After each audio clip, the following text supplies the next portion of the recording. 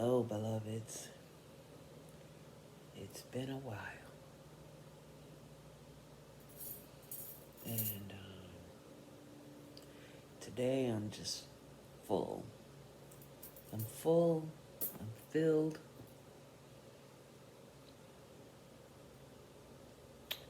with emotion, with reaction.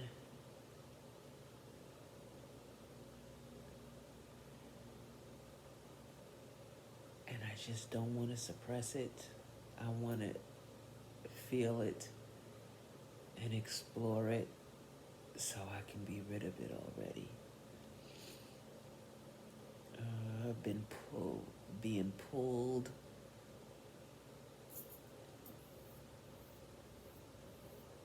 by memory. I've had memories resurfacing about my past. And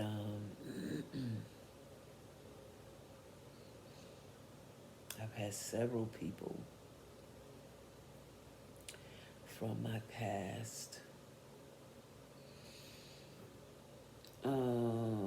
try to reconnect.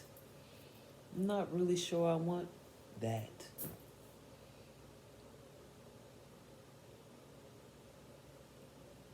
To reconnect. I read a post about how family, they always want to have these get-togethers for the holidays.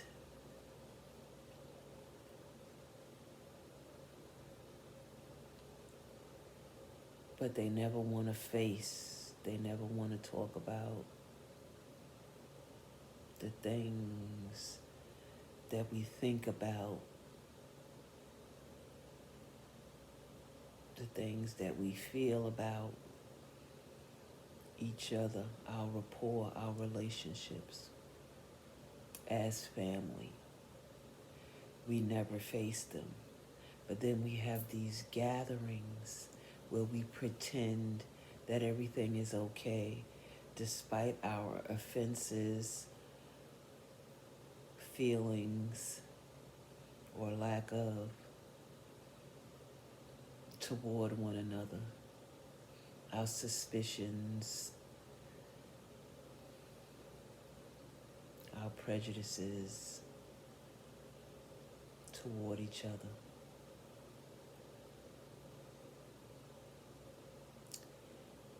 When does that stop?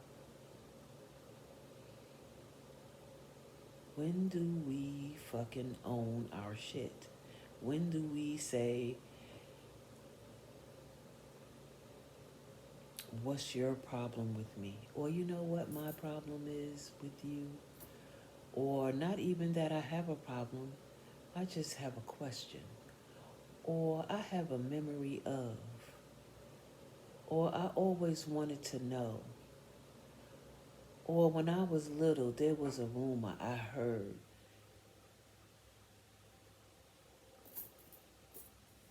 We just take the stories that we hear as truths. We don't know the agenda or the intent behind the stories or the people who are telling the stories. But we take it just like we took our faith, our religion, our traditions, which were built to cover up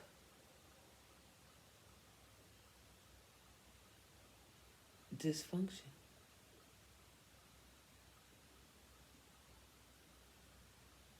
To escape dysfunction. And the common way to do that seemed to be to pretend that religion really worked, that salvation, that confessing. There's an interesting thing. We confess what we're willing to face. Those things are not the problem. The things that we're not facing, or the things we don't confess, those are the things that bind us, that hold us back, that keep us from being free.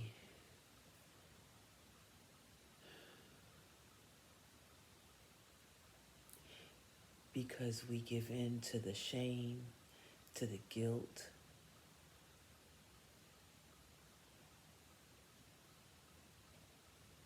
because we're fearful of judgment, what people will think of us, how they'll point and talk. They're going to do that anyway. You could have a spotless record and nobody, I mean nobody, has a spotless record.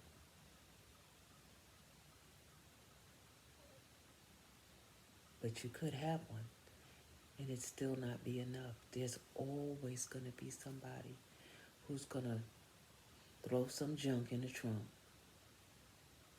Somebody's always going to have something to say, always going to have a finger to point, a point to make, or making a judgment. It's only their perception, and it's none of your business. It's their problem. It's their business. Don't let it become yours. I wrote earlier on a post that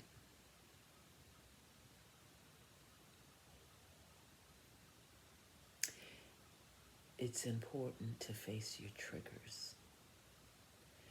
My biggest trigger was my family history. The pain that it caused. And it still causes. And how it's time to face that. It's time for us to have hard conversations that really don't have to be that hard. And everybody's not ready to do that. Some are scared of what's going to come out, what's going to be said, who's going to believe what. Are they going to be the martyr? Are they going to be the bad person? Will their parents be the martyr or the bad person? And what I have learned with my own research and my own realizations is that they want to be free of all of it. Our ancestors, the ones that are passed on, and the ones that are living still right here in this dimension, in this realm, just want to be healed, just want to be whole. Everybody's made up their mind that their past is in their past, but it's not. Your body does not forget. Your past is in your body. It's memory. It's not all trauma. A lot of it is love. A lot of it is good. And some of it is not good, but has good intentions. But we gotta decipher. We gotta separate. Everything that we received with good intentions was not good for us. Our parents did the best they knew how. We're doing the same thing the best we know how. But we have to be accountable. Some of the stuff we learned did not serve us well.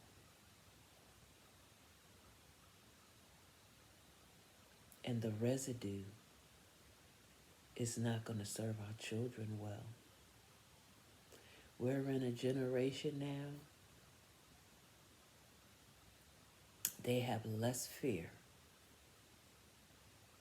but they're more gullible at the same time because they're not aware. They're not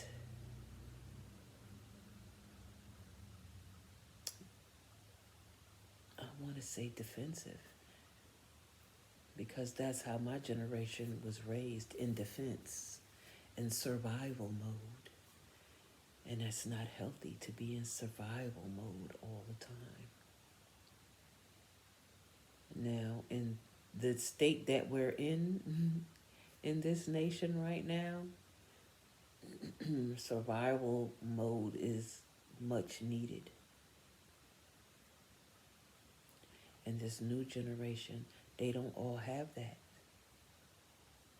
So it's time for us to sit and have conversations, to educate this generation on what they came from, what we're coming out of and still dealing with. Because there's some lessons that we need to learn from each other. So we need to have conversation. We need to bear truths, tell facts.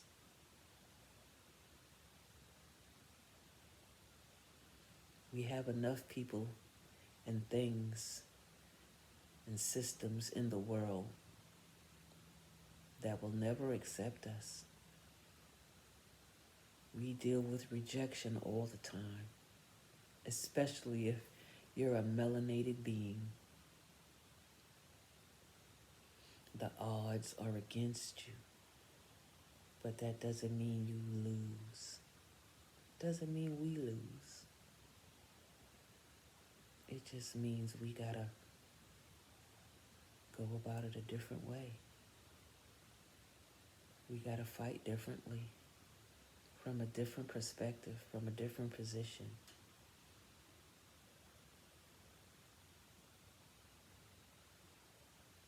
We're scared to lose without realizing we have nothing to lose.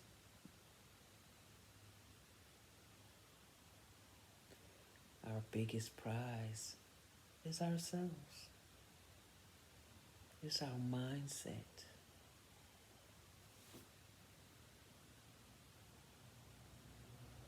It's our knowledge. It's our wisdom. It's our understanding. That's our biggest gain. And it can be our biggest loss.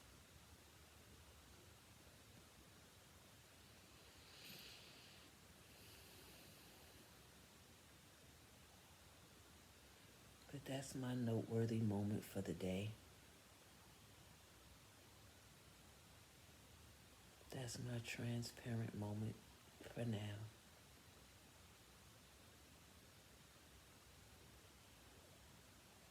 I didn't want to bury my disdain for my past.